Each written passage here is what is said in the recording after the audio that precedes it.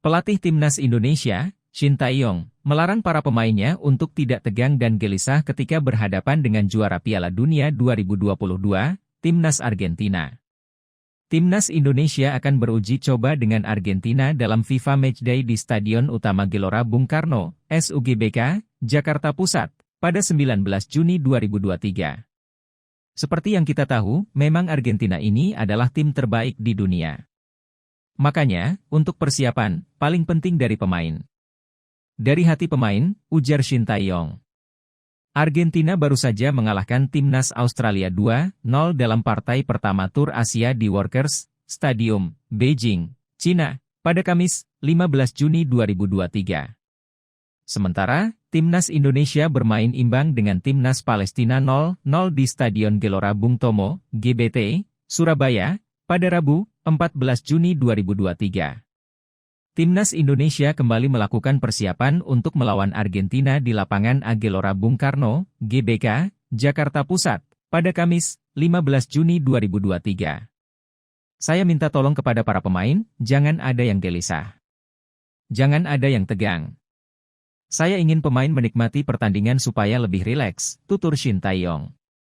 Shin Tae-yong juga memberikan kabar terbaru tentang kondisi Jordi Amat, Pratama Arhan, dan Sandy Walsh menjelang melawan Argentina. Sandy Walsh sudah dipastikan absen karena cedera. Sementara Jordi Amat dan Arhan masih diperjuangkan untuk bermain dengan Timnas Indonesia. Jordi Amat masih dalam pemulihan, mungkin bisa bermain. Arhan cedera, tapi ringan. Pemain lainnya dalam kondisi baik, ungkap Shin Tae-yong.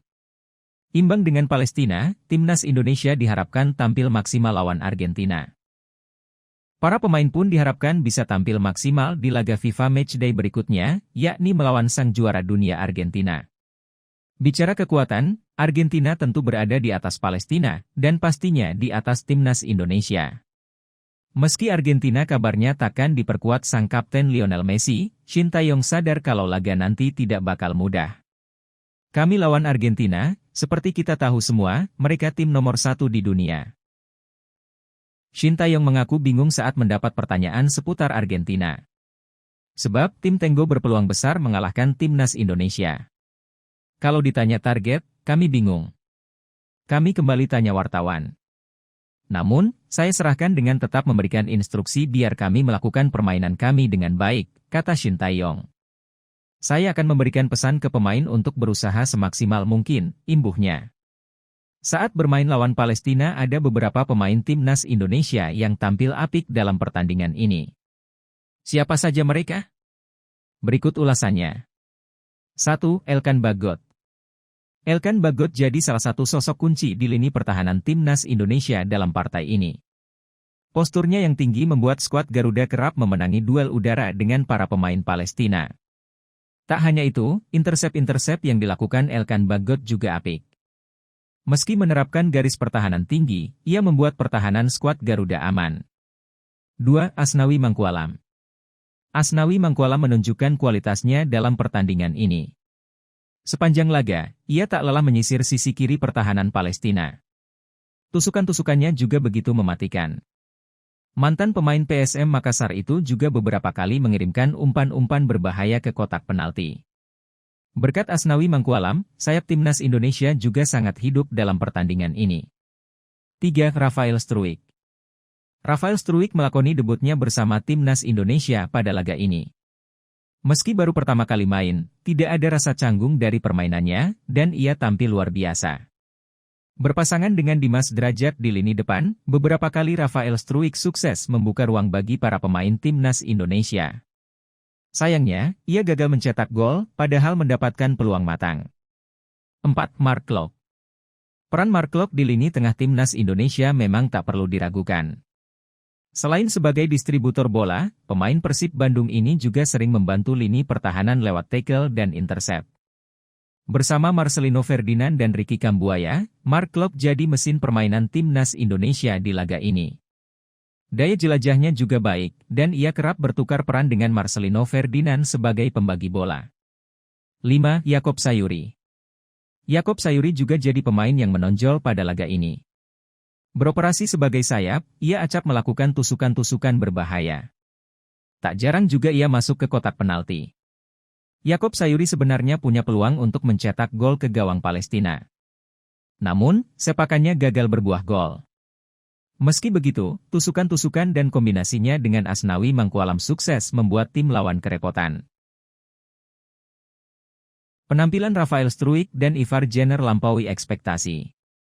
Dua pemain naturalisasi anyar, Rafael Struijk dan Ivar Jenner, tampil impresif saat laga FIFA Matchday menghadapi Palestina di Stadion Gelora Bung Tomo. Keduanya tampak bermain sesuai atau bahkan melampaui ekspektasi publik dengan skill dan performa yang meyakinkan selama pertandingan.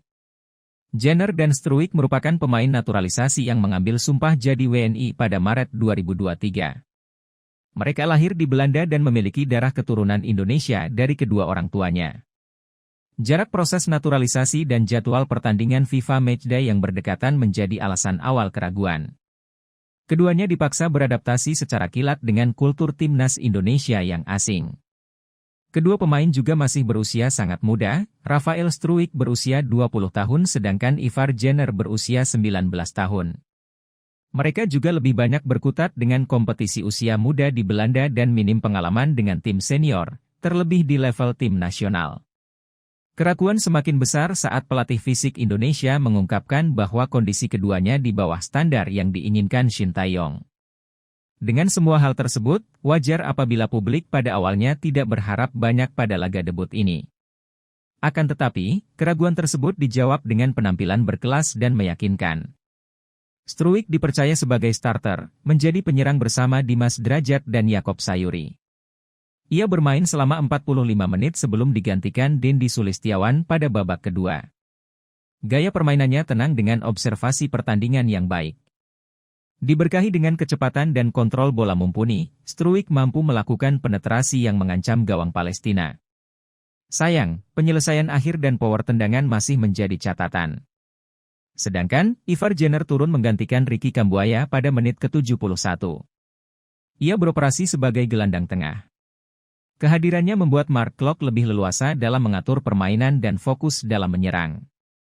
Meskipun masih muda, ia menunjukkan kepercayaan diri tinggi untuk berduel memutus serangan lawan. Pelatih Shin Tae-yong pun puas karena keduanya mampu menjawab kepercayaan yang diberikan. Rafael dan Ivan debut sebagai pemain timnas dan memang sangat baik performa kedua pemain ini. Mereka masih muda dan jauh-jauh datang ke Indonesia, puji pelatih asal Korea Selatan itu. Mereka menunjukkan apa yang harus ditunjukkan pada pertandingan kali ini, pungkasnya. Kini keduanya diharapkan bisa membantu Indonesia menghadapi Argentina pada FIFA Matchday, Senin, 19 Juni 2023. Sekian dulu info dari kami dan jangan lupa like, share, subscribe dan nyalakan tombol notifikasi agar selalu update tentang info-info yang kami suguhkan. Terima kasih.